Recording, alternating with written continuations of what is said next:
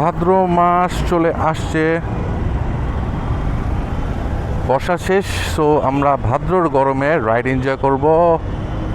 Hello guys, welcome to my YouTube channel Jack size. আজকে চলে আসছি আবারও আপনাদের মাঝে।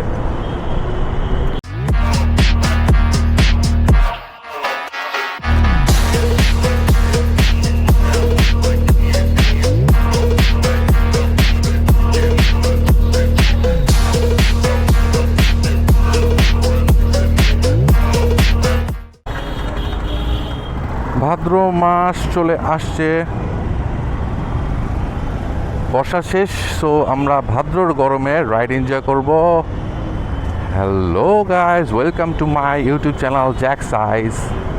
আজকে চলে আসছি আবারও আপনাদের মাঝে।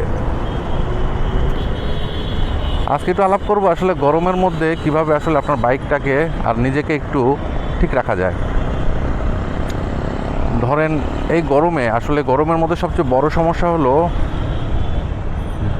ডিহাইড্রেট হয়ে যাওয়া। হ্যাঁ, এটা স্বাভাবিক। সো ডিহাইড্রেট থেকে বাঁচার জন্য সবচেয়ে বড় জিনিস হলো আপনার ব্যাগে সবসময় পানি রাখতে হবে বা লিকুইড জাতীয় জিনিস রাখতে হবে।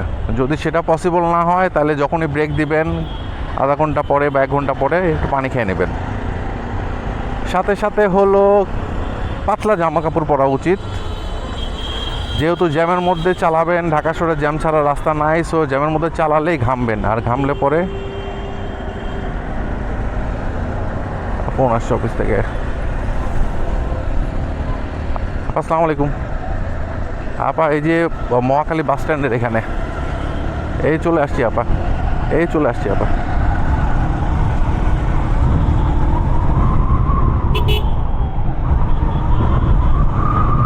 যেটা বলতেছিলাম যে আপনার হলো ডিহাইড্রেট থেকে বাঁচার জন্য যেটা করতে হবে, প্রচুর পরিমাণে পানি খেতে হবে, লিকুইড জাতীয় জিনিস। সাথে যেটা করতে হবে, পাতলা ড্রেস পরবেন যাতে একটু বাইকটা টান দিলেই ঘামটা শুকায় যায়, কারণ ঘামটা বেশিক্ষণ থাকলে ঠান্ডা লেগে যাওয়ার পসিবিলিটিস আছে। আর হলো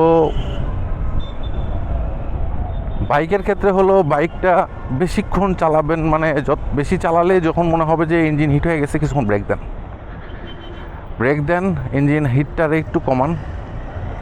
যদি ইঞ্জিন হিট কমে যায় আলহামদুলিল্লাহ আবার চালান, কারণ আমাদের দেশের বেশিরভাগই এয়ারকুল ইঞ্জিন, তো সো কুলিং সিস্টেমটা ওইরকম আপ টু ডেট না।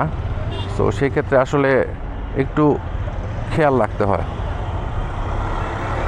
আর হলো বর্ষা গেলে পরে যেটা করবেন সেটা হলো বাইকের একটা ভালো একটা সার্ভিস দেন, কারণ বর্ষার সময় অনেক কাদা টাদা এগুলো আসলে মেশিনের মধ্যে লেগে যায়।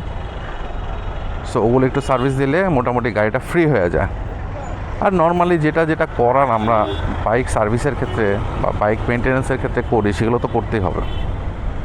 কিন্তু বড় কথা হলো গরমের সময় মাথা ঠান্ডা রেখে চালানো। ঢাকা শহরে মাথা ঠান্ডা রেখে চালানো অনেক বড় একটা বিষয়। এটা সবসময় আসলে খেয়াল রাখা উচিত, কারণ ইউ নেভার নো কে কোন দিক দিয়ে কিভাবে চালায়। সো আপনাকে মাথা ঠান্ডা রেখে সুন্দরভাবে কুল হয়ে চালাইতে হবে, এবং কুল হয়ে চালানোর জন্য আপনাকে নিজেকে কুল থাকতে হবে।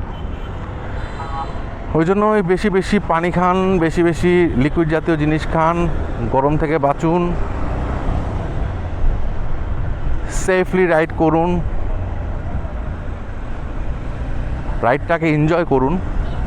এই তো ছোট্টখাটো কয়েকটা টিপস দিলাম। আজকের মতো এখানেই শেষ করি। আল্লাহ হাফেজ, আসসালামু আলাইকুম।